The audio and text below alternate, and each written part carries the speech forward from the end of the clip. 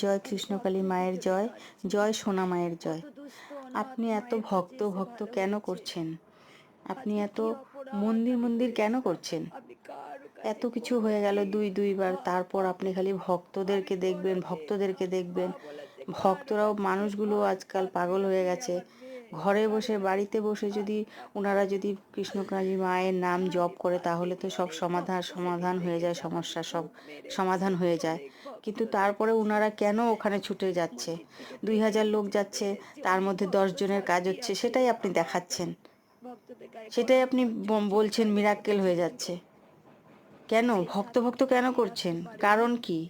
এখনো আবার পারবে না, আবার সব কোনো না কিছু কোনো ভক্ত আপনি এসে ঘরে সাহায্য বসে করুন। দেবেই ভক্তকে বাদ দিন। আপনার মা আজকে আছে, আবার আপনি প্রতিবেদী আপনাকে সন্তান আপনার কাছে আছে, মাকে রেখে দিন। তারা বলেছে মা পুজো যেখানে করুন আপনি থাকবি ঘরে বসে, আমরা আছি, কারণ বাড়িতে কেউ বসে। নেই